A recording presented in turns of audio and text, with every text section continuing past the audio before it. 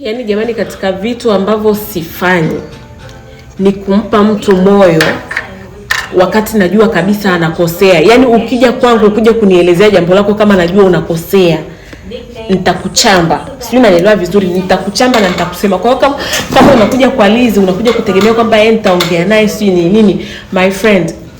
Kuna huyu dada jana kaja akaniambia ana mahusiano na kaka yake. Like mahusiano na kaka yake serious kabisa. Ananiambia yani Dalizi, mimi na kakaangu unajua yani wazazi wetu walikuwa na tabia kusafiri sana, kwa hiyo tukawa tunabaki wenyewe. Alafu wasichana wa kazi tu muda mwingi hata walikuwa watufuatilia, kwa hiyo sisi tukawa tuko pamoja, tukawa tunalala pamoja. Muda mwingi yani baada ya kujikuta hivyo katika hali ambayo sio ya kawaida tukaingia katika mahusiano. Yani Dalizi nampenda sana ji. Nikamuuliza binti, unampenda kaka yako wa kuzaliwa naye tumbo moja ama ni mtu kaadoptiwa ama ni wa mjomba au wa shangazi? Ni kaka yake, baba mmoja mama mmoja. Baba yake na mama yake huyu binti walikuwa wanasafirigi sana, yani wanasafiri wanaenda nje wanafanya. Kwa mara nyingi walikuwa wanabaki wao wenyewe na house girl. Na wenyewe kwa sababu ya upweke mara ya kwanza akaamua walale wenyewe. Sinaelewa vizuri, walale wenyewe, yani walale vyumbani, washare vyumba. Baada ya muda ya ile kuanza kuingia balehe, wakaanza kujua masuala ya kupachuana, wakapachuana wenyewe. Sio, unaelewa vizuri. Wanakuambia mpachuana wenyewe. Wazazi wao wamejaribu kuwatenganisha, labda wakae chumba tofauti, vyumba tofauti, lakini ikawa imeshindikana. Kwa hiyo wakaendelea kukaa kwenye vyumba hii, wakawa wanaendelea kukaa kwenye chumba kimoja. Wanaoga pamoja, wanafanya kila kitu pamoja. Baadaye wazazi wao wakaona this is weird, kwa sababu yani kuna kitu ambacho hakiko sawa. Wakaanza kuwafuatilia. Sio, unaelewa vizuri, wakaanza kuwafuatilia, wakagundua kwamba wana mahusiano, kwamba wanapachuana. Wamewapeleka kwenye maombi, wamewapeleka kwa wanasaikolojia. Binti anakuambia ni Dalizi wanapotupeleka kwenye maombi, mimi naona kama wanajisumbua, yani wanatupeleka kwa wanasaikolojia. Yani mimi sioni kama wanaweza mimi sioni kama tuna shida ya kisaikolojia. Ni mimi nampenda G.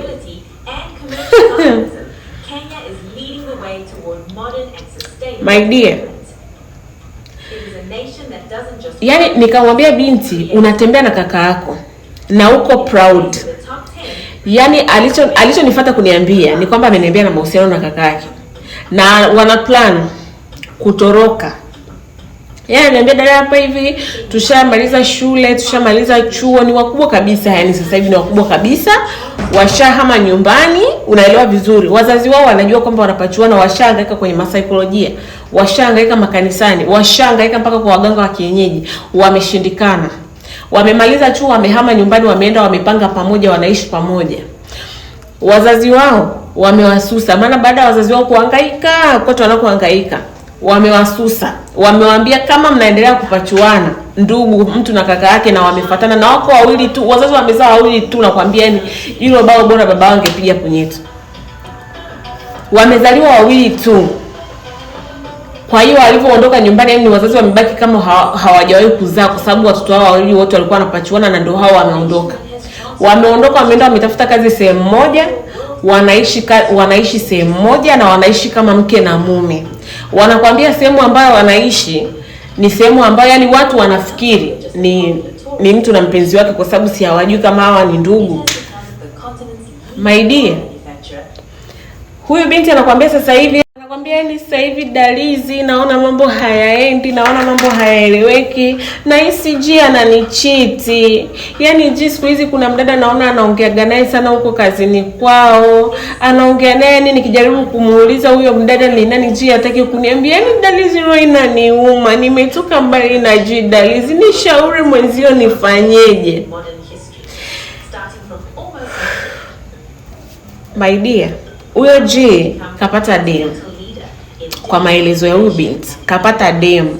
Sasa I think huyo G akili imeanza kumrudi kwamba yani anachokifanya sio sawa. Yani anachokifanya kutembea na dada yake sio sawa. Kwa hiyo kapata dem. Baada ya kupata dem ameanza kujiweka distance. Yani hataki tena mazoea na dada yake. Kwa hiyo amejiweka kando.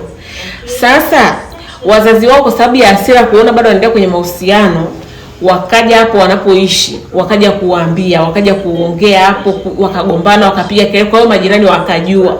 Kwa hiyo huyu binti anachokitaka, anataka nimpe namba ya mganga amrudishe huyo G, akili yake amsambaratishe na huyo msichana mwingine, ili akili yake irudi kwake, kwa dada yake, waje wapendane, alafu wahame nchi, waondoke. Kwa sababu anasema yani kadri watakavyoendelea wazazi wao wamewaambia kadri mtakavyoendelea kukaa Tanzania, popote pale mtakapoenda kukaa, tutakuja kuwaambia majirani zenu kwamba nyinyi ni ndugu, mnatembea, mnapachuana, na tumewakataza, tumewapeleka kwenye maombi, kwenye saikolojia, imeshindikana.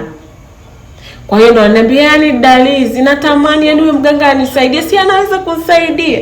Natamani nihame nchi, yani miro inaniuma na hisi kuchanganyikiwa, nampenda sana G. My friend, nikamuuliza tena vizuri, ni kaka yako amepata demu, ameona sasa akili yake imerudi, ameona kwamba anachokifanya sio sahihi, anataka aachane na wewe, sasa aanze maisha yake, afanye maisha yake, at least apate mke, aowe, kwa sababu nyinyi hamwezi kuzaa. Mkizaa vitoto mtazaa vitoto viko hivi, kwa sababu ndugu kwa ndugu hamwezi kuzaa, mtazaa vitu vya ajabu, mtazaa vile vitoto kama vya wrong turn. Nimemchamba kusema kweli, nimemchamba kwa sababu nimeimagine kama ni mtoto wangu, kama ni ndugu yangu yoyote, nitakuwa sitokuwa happy, like I will not be happy. Niona eti mtoto wangu, eti watoto wangu wawili nimewazaa, mtoto wa kike na kiume, afu eti wenyewe waanze kupachuana, alafu eti kitoto kijinga hicho kinakaa kinalia eti nampenda sana G. Nimemwambia binti, natamani ningekuwa karibu yako kwa sababu ningekupiga kile ningekukaa sawa.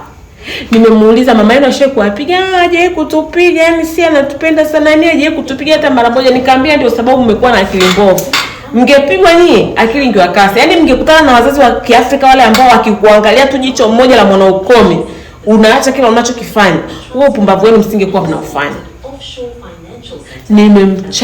Nimemchamba. Mwisho siku ananiambia nilikuwa nakuona una akili, nikajua utanishauri, lakini wewe naona na wewe yani unataka kunichanganya tu. Afu kinaniuliza kwa namba ya mganga unanipa unipe. Nimekitukana, kikani block. Jamani.